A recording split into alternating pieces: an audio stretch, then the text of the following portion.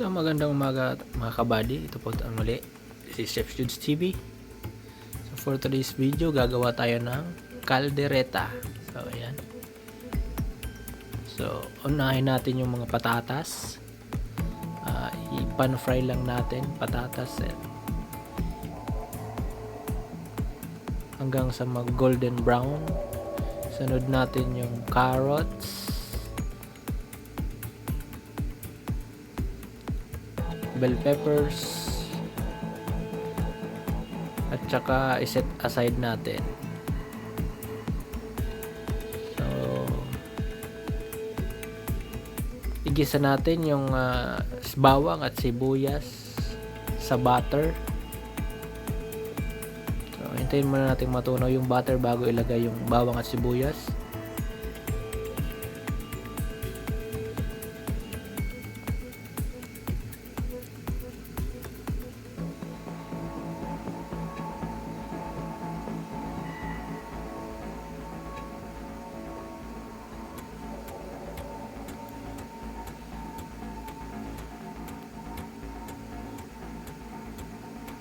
Ilagay na natin yung ating pork ribs.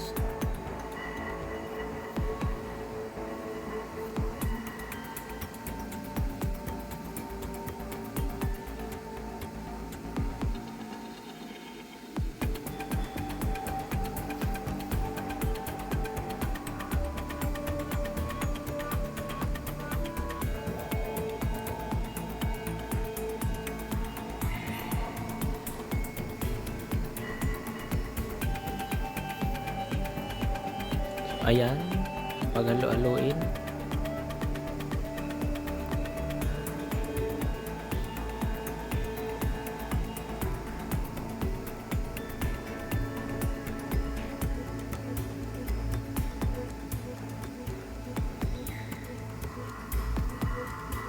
So ang sunod nating ilalagay mga kabady ay ang liver spread. So kahit anong brand ng liver spread pwede natin gamitin dito.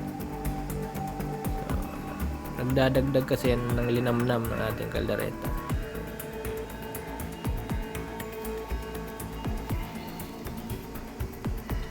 Saka yung tomato paste at tomato sauce, ilalagay din natin sila. Kasi yung magsisilbing pampakulay natin, pampalapot ng ating sabaw ng sauce ng caldereta natin.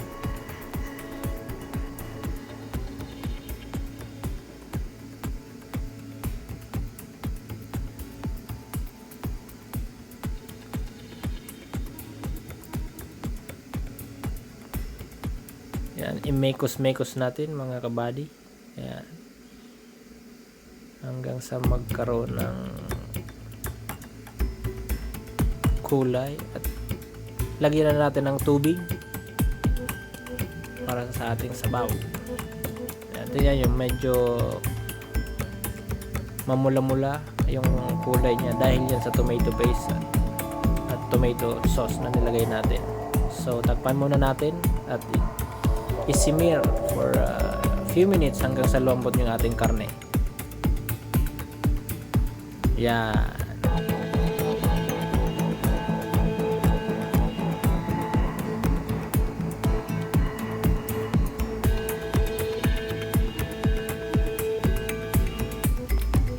At syempre, ilalagay din na natin ang ating peanut butter.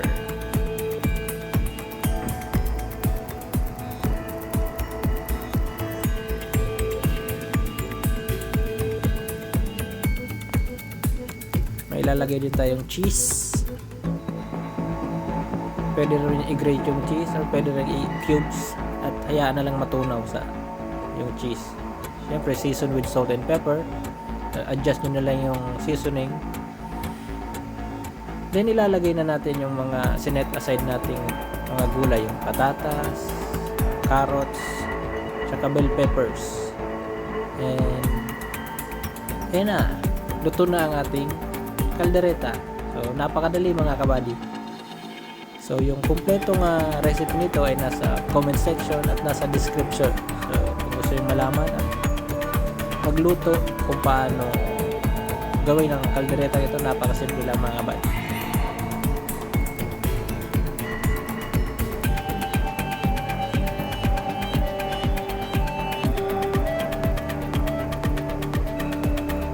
So hanggang sa muli, ito po si Chef Jude CV.